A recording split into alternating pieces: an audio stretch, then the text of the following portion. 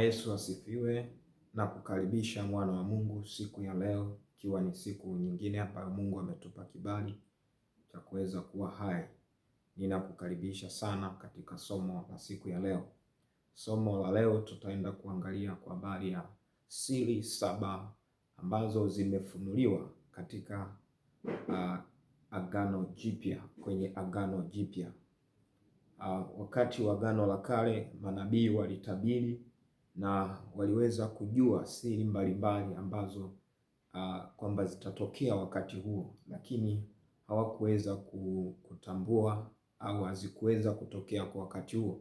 Hata Mungu akasisitiza kwamba waandike, kwa sababu vile wanavyoviona si vya wakati huo, bali ni wakati ujao. Kwa hiyo tutaenda kuangalia siri 7 katika Agano Jipya ambazo zimefunuliwa. Amina. Siri namba 1 ni siri ya Kristo. Siri ya Kristo.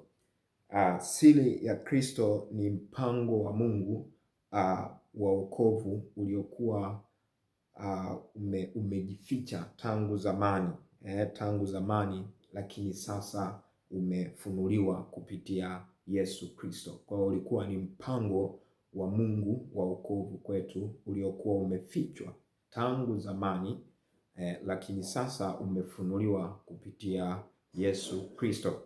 Tukisoma Waefeso sura ya 3 mstari wa 3 mpaka wa 6, tasoma kwa ufupi mistari muhimu. Anasema, kwa kufunuliwa nalijulishwa siri ile, kwa kufunuliwa nalijulishwa siri ile, ya kuwa mataifa ni warithi pamoja nasi, na wa mwili mmoja, na washiriki wa ahadi ile katika Kristo Yesu kwa Injili. Hii ni siri ambayo Mtume Paulo alifunuliwa. Ni siri kwa sababu kitu ambacho ni siri hakikuwa wazi.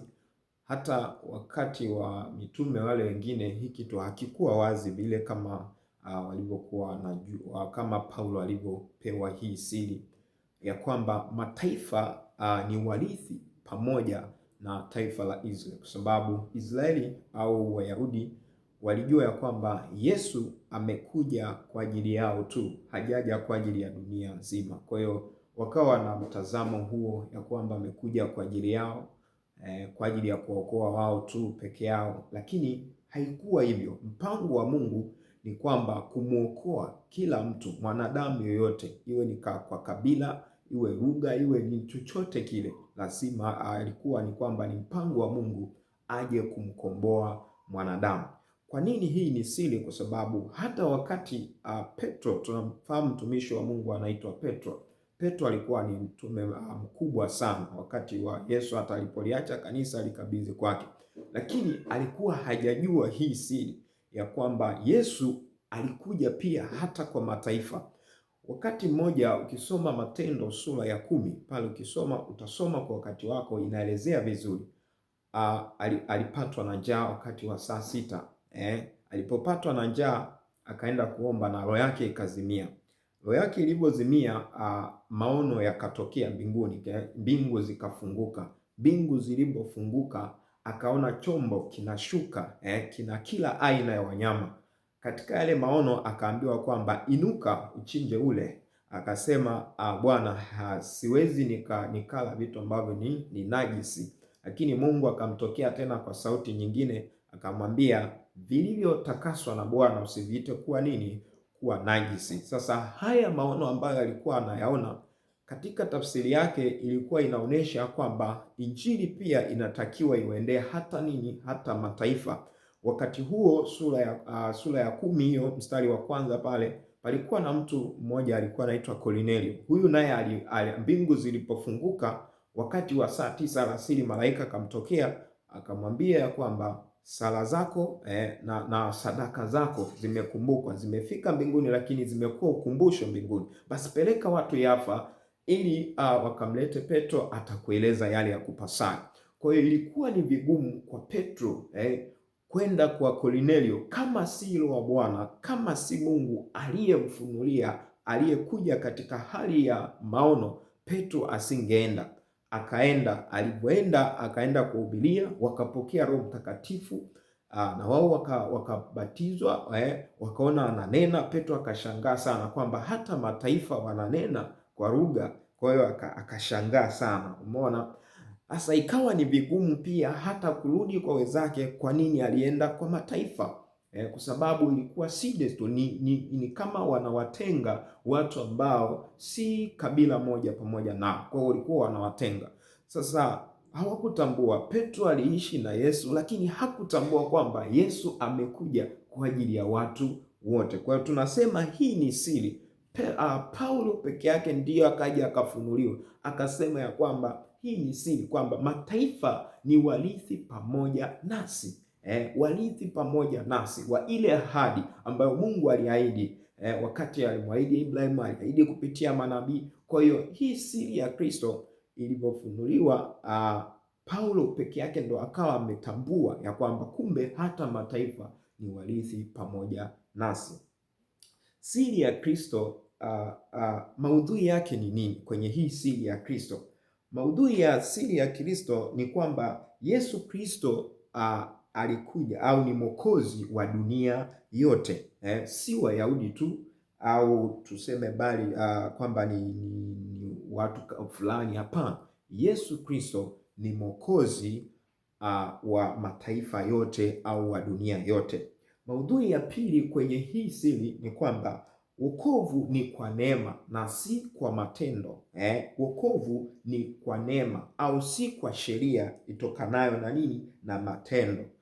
Kwamba tunapokea huu wokovu kwa neema. Sio kwamba ukifanya vizuri ndio umeshapokea wokovu. Hapana. Kornelio alikuwa anaomba sana, alikuwa anatoa sana sadaka, lakini akaambiwa kwamba peleka watu Yafa ili uweze kuelezwa ya kupasayo, kwa sababu siwezi nikakuhesabia kwamba una haki kupitia vile unavyofanya, lakini nitakuhesabia haki kupitia nini? Neema ambayo nimekwisha kuileta duniani. Namba 3 kwenye hiyo maudhui ni kwamba Kristo alikufa na kufufuka kwa ajili yetu, na huu ndio msingi wa wokovu. Kwa yule anayeamini katika wokovu ni kwamba Kristo alikufa na akafufuka kwa ajili yetu, na hii ndio msingi wa nini? Wa wokovu. Kwa ukisoma Wakorinto inaelezea, Wakorinto sura ya kwanza Wakorinto wa kwanza sura ya 15 mstari wa 3 na 4 unaelezea kwamba Kristo alikufa akafufuka, na alikufa akafufuka kwa ajili yetu, na hapa ndo tunajenga msingi wa wokovu. Lakini maudhui nyingine ni kwamba Kristo anaishi ndani ya muamini. Wakolosai 1:27 inaelezea. Kwa hii maudhui kwamba hii ni siri. Kwa maudhui ya hii siri kufunuliwa ni kwamba Kristo anaishi ndani yetu. Kwa Kristo kama anaishi ndani yetu na ni tumaini letu, tunakuwa na faida nyingi. Kwa nini iliitwa siri? Kwa sababu haikueleweka kikamilifu wakati wa Agano la Kale. Kwa hiyo tunasema siri ya Kristo. Kwa nini iliitwa siri? Kwa sababu haikueleweka kikamilifu wakati wa Agano la Kale. Nimesema hapo mwanzo kwamba hata walitamani, manabii walipohubiri, walipotabiri, walitamani sana kutambua, lakini hawakuweza. Haikueleweka wazi, haikuwa wazi. Ukiangalia mfano Ibrahim baba yetu wa imani alikuwa anaenda kutoa pale sadaka, kumtoa mwanae, lakini haikufanikiwa ile, kwa sababu ilikuwa inaashiria ya kwamba kuna mtu ambaye atakuja kutolewa. Lakini tunaona wakati wa Musa alimuinua nyoka wa shaba kule jangwani, kila mtazamaye aliweza kuishi. Hata katika kitabu cha Yohana inasema ya kwamba kama nyoka alivyoinuliwa na Musa kule jangwani, hivyo hivyo hata mwana wa Adamu hana budi kufanyeje? Kuinuliwa. Kwa hiyo ilikuwa ni ishara, walifanya kwa ishara, lakini wakati tuliopo huu wa sasa, manake vitu vinatendeka kwa tunaona kabisa kwa uhalisia, sio tena kivuli, bali ni uhalisia.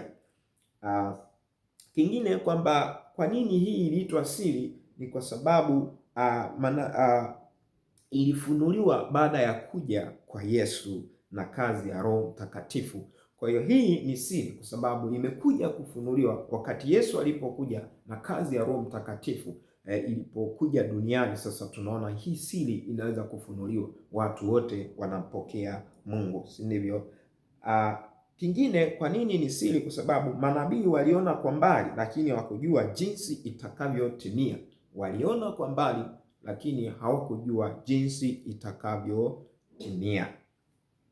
Umuhimu wake kwetu leo. Kwa nini tunasema hii siri? Kwa nini ina umuhimu gani? Umuhimu kwa kwetu leo ni kwamba unapata wokovu bila ubaguzi.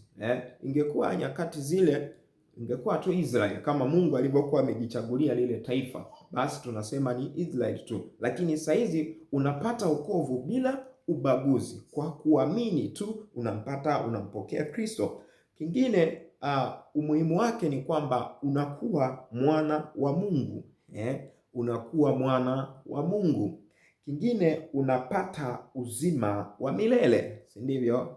Unapata faida ya siri hii ya Kristo, unapata uzima wa milele.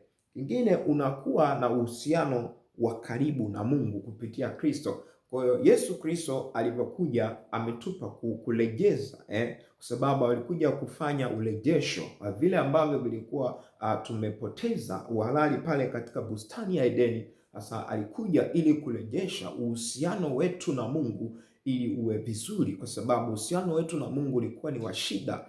Mungu akamfukuza pale katika bustani ya Edeni. Kwa hiyo uhusiano wetu na Mungu ukawa ni wa shida. Kupitia mwana Yesu Kristo alipokuja akaturejeza kwa Mungu, akarejeza uhusiano wetu na Mungu. Hivyo tuna uwezo wa kupakaribia mahali patakatifu pa patakatifu kwa kupitia jina la Yesu Kristo, kupitia damu yake iliyomwagika pale msalabani. Tuna uwezo wa kupakaribia, tuna uwezo wa kuzungumza na Mungu wakati wote, mahali popote, saa yoyote ile, popote pale una uwezo, kwa sababu Yesu Kristo alikuja kuleta mahusiano, si ndivyo? Kwa hiyo tunaweza tukahitimisha kwa siri hii kwa kusema kwamba siri ya Kristo ni Mungu kuja kwa mwanadamu kwa njia ya Yesu ili amwokoe kila amwamini.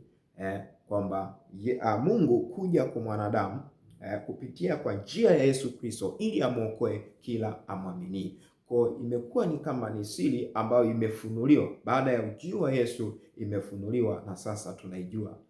Mungu akubariki sana sana.